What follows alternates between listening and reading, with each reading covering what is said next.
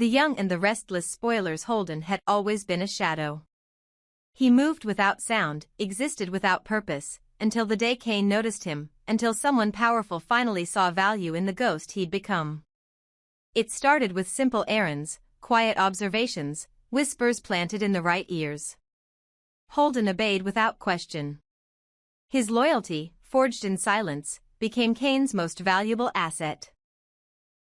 But while everyone else underestimated the quiet young man lurking in the corners of the estate, Kane saw through the meek exterior to something darker, something useful. Holden wanted more. He craved dignity, recognition, a life free from the choking poverty and anonymity that had defined his entire existence. And Kane, ever the master manipulator, knew exactly how to exploit that hunger.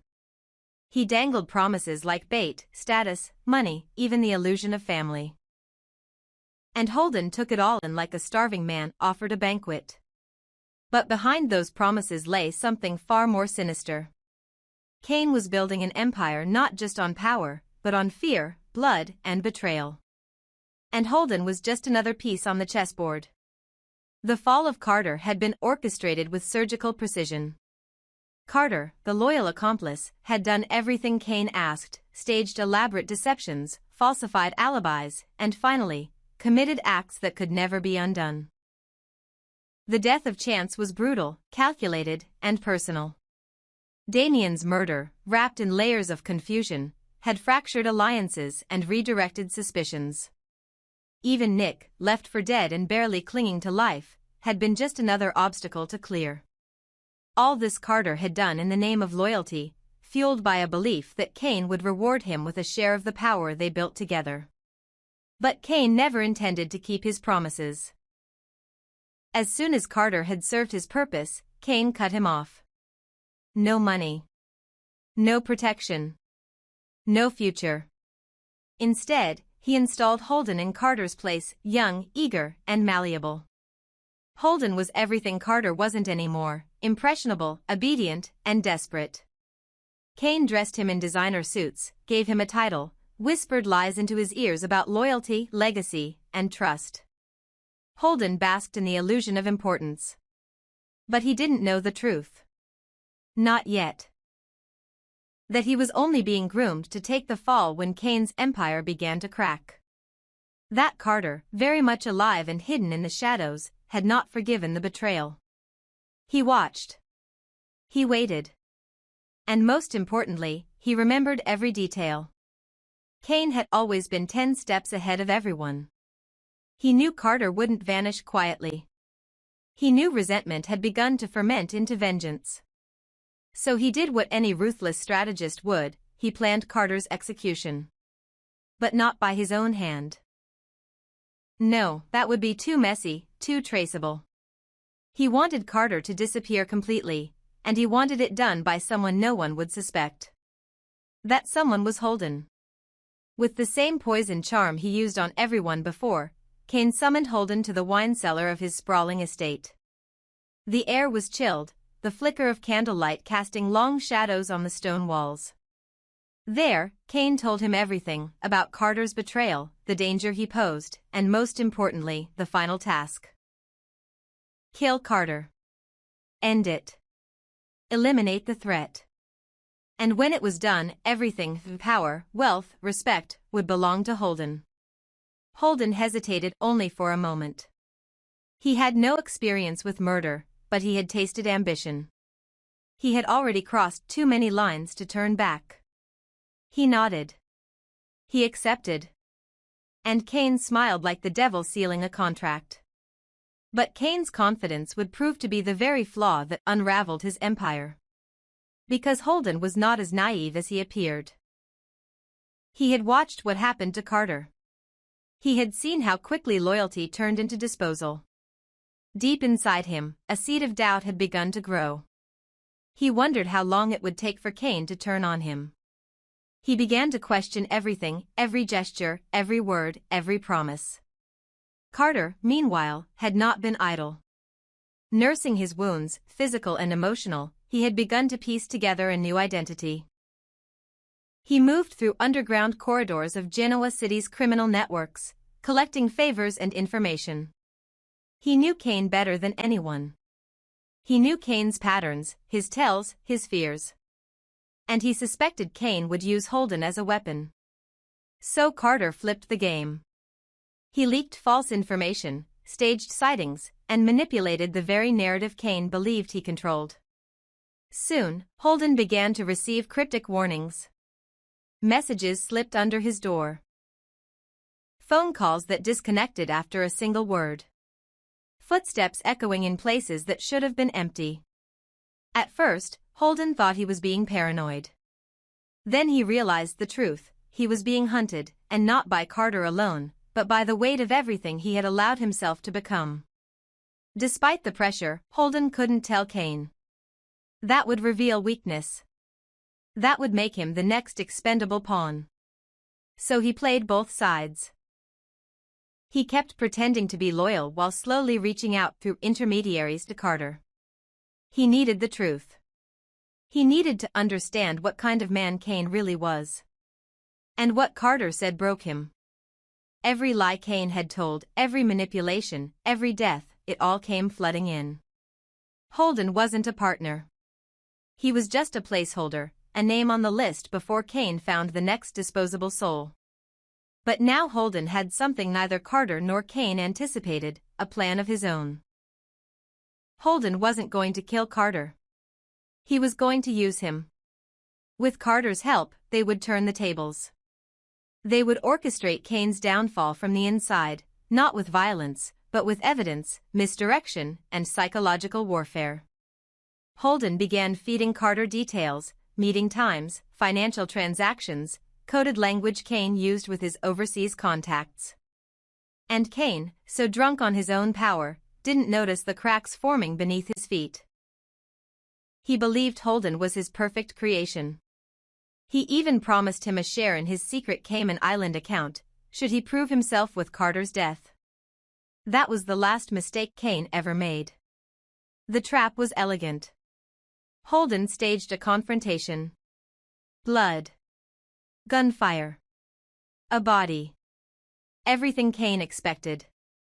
And when Holden returned with Carter's burned remains, Kane laughed, poured champagne, and made a toast to the future. But he didn't know that the body was fake, the fire staged, and that Carter was alive, recording everything. Days later, documents were leaked. Anonymous tips arrived at federal agencies. Offshore accounts froze. Former allies turned silent. The empire began to collapse. And at the center of the storm stood Holden, once the ghost, now the architect of Kane's destruction. But justice in Genoa City is never clean. It's never final. As Kane realized he was being betrayed, his rage ignited into something monstrous. He confronted Holden in the very wine cellar where this all began. Their argument shattered the silence. And in a final moment of arrogance, Kane reached for a hidden gun, but Holden was faster. One shot echoed. Kane fell, not dead, but paralyzed. Poetic justice for a man who built his kingdom on broken bodies. He would live, but never walk again. And the world would know what he truly was.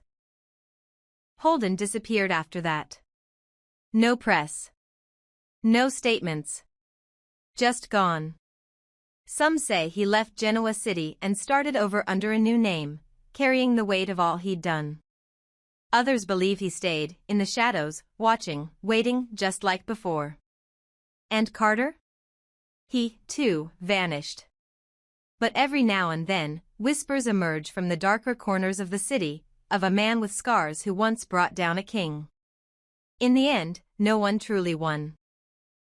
But the cycle of betrayal, ambition, and vengeance had claimed another generation. And in Genoa City, that was just another day. Some pacts are sealed in ink, others in blood, but the one Kane made with Holden was forged in shadows, in silence, behind doors that were never meant to open. It was not written, not recorded, not even fully spoken, just a look, a promise, and a whispered implication that the next death was no longer hypothetical. Kane had given Holden a name, and that name carried weight, pain, history. It wasn't just a target. It was Amy. The same Amy who had already endured the worst loss a mother could imagine. The same Amy who had watched her son Damien be taken from her in the most brutal, senseless way imaginable. The same Amy who had nothing left to lose except perhaps her breath. Kane framed the task as necessary, even merciful. "She's sick," he said. "She's dangerous. She's unpredictable. She'll destroy us all." He spoke calmly, rationally, like he was reading a weather forecast, not sentencing a woman to death. He told Holden that Amy had grown too erratic, too inquisitive, that she had begun following Carter's trail, digging up whispers, crossing boundaries. He insisted she would become a problem none of them could contain, and worse, that her cancer made her immune to fear. She no longer cared about consequences. She only cared about revenge. But Kane didn't care about Amy's grief or her illness. He cared that Amy's pain had become fire, and that fire was spreading. He wanted that fire extinguished before it burned him alive. Holden listened to Kane, nodded at the right moments, swallowed the promise of a large financial reward if he succeeded, and pretended it didn't make him nauseous. He had killed no one, not directly. His hands were still technically clean. But now, standing on the precipice of what Kane called elevation and what he silently called damnation, Holden hesitated. Could he do what Carter did? Could he follow through without blinking? Could he push aside the image of Amy, frail and hollow-eyed, clutching her son's photo like a lifeline? Could he ignore the fact that Amy, in all her suffering, had been the only person to look at him once and ask if he was okay? He didn't know. And that terrified him. Because Kane would know. Kane always knew. Meanwhile, Amy had stopped sleeping. Her cancer was spreading. The treatments, once hopeful, now only dulled the pain enough to allow her to function. But that was all she needed, just enough time, just enough breath to settle the score. Damien had died in fear, and she would not let those responsible walk free. She suspected Kane. She had long stopped pretending otherwise. But she lacked proof. What she had instead was fury, persistence, and a plan. Amy had started leaving messages.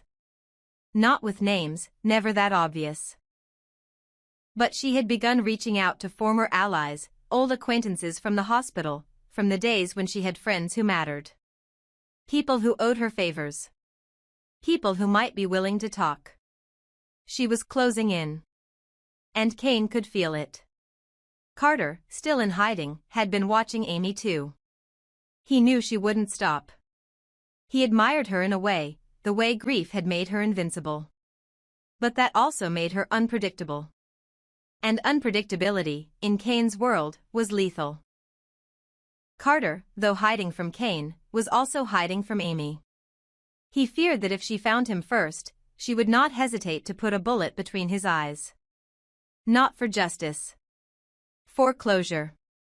But Carter's guilt had begun to weigh differently now. He had killed for Kane, obeyed blindly, and now the wreckage was finally circling back. Amy was not just a mother. She had become an instrument of retribution, and everyone who touched Damien's death would soon feel her reach. Back at the estate, Holden paced. The gun lay in a drawer, untouched, foreign, cursed. He stared at it often, as if expecting it to disappear, to spare him the decision. Kane had become more aggressive in recent days. His empire was fraying at the edges. Bank accounts were freezing. Old contacts stopped answering. The media was asking questions. He blamed Carter. He blamed Amy. And now, Holden could see, he blamed him too, for hesitating. Every hour Holden delayed, Kane's tone grew colder, his eyes more dangerous. The reward became less an incentive and more a command. If you want to survive this, Kane had said, you know what must be done. But Holden didn't want survival. He wanted meaning. And for the first time, he began to understand that working for Kane meant forfeiting any claim to his own soul. Amy, oblivious to the plan unfolding around her, had been preparing to leave Genoa City. Not to run, but to corner someone. She had arranged a meeting with someone close to the Newmans, someone who claimed to know where Carter had been. She packed only one small suitcase, her hospital records, and the silver locket Damien gave her when he was 10. It was all she had left that mattered. But as she stepped out onto her front porch, she felt it, that tightening in the air, the prickling on her skin. She was being watched. She had grown used to paranoia, but this was different. This was real. Holden was in the car across the street, gripping the steering wheel, watching her silhouette against the morning light. He could see the pain in the way she moved. He could feel the weight of the gun under his seat. And he knew one decision could change everything. He could end her. Silence her. Finish what Kane started. Or he could walk away. But Kane wouldn't let him walk. Not anymore. That night, Holden returned to the estate. Kane was waiting. Wine glass in hand, a smile like a guillotine. "Is it done?" he asked. Holden lied. Said yes. Said she wouldn't be a problem anymore. Kane nodded, pleased. Poured him a drink. But Kane never trusted anyone. Not truly. And in the coming days, he would send someone to verify. And when they found Amy alive, Holden knew he would become the next target. The reward was a lie. Just like every other promise. Amy, sensing danger, changed her plan. She cancelled the meeting. Went underground. Reached out to someone she once saved from prison, a man named Matteo who owed her his life. With his help, she disappeared. For now. But she was not giving up. She was preparing. If Kane wanted her dead, she would make him regret trying. And if Holden was the one sent to kill her, then she would make him see what Damien saw before the end of fear, regret, humanity. The game had changed. It was no longer about revenge. It was about survival. Holden, Carter, Amy. All pawns in a war Kane thought he could control. But the board was tilting. And even Kane, for all his money and manipulation, could not see every move coming. One wrong step, one breath too loud, and everything would collapse. Because in Genoa City, vengeance has a long memory. And sometimes the sick, the forgotten, the underestimated, are the ones who strike last. And hardest.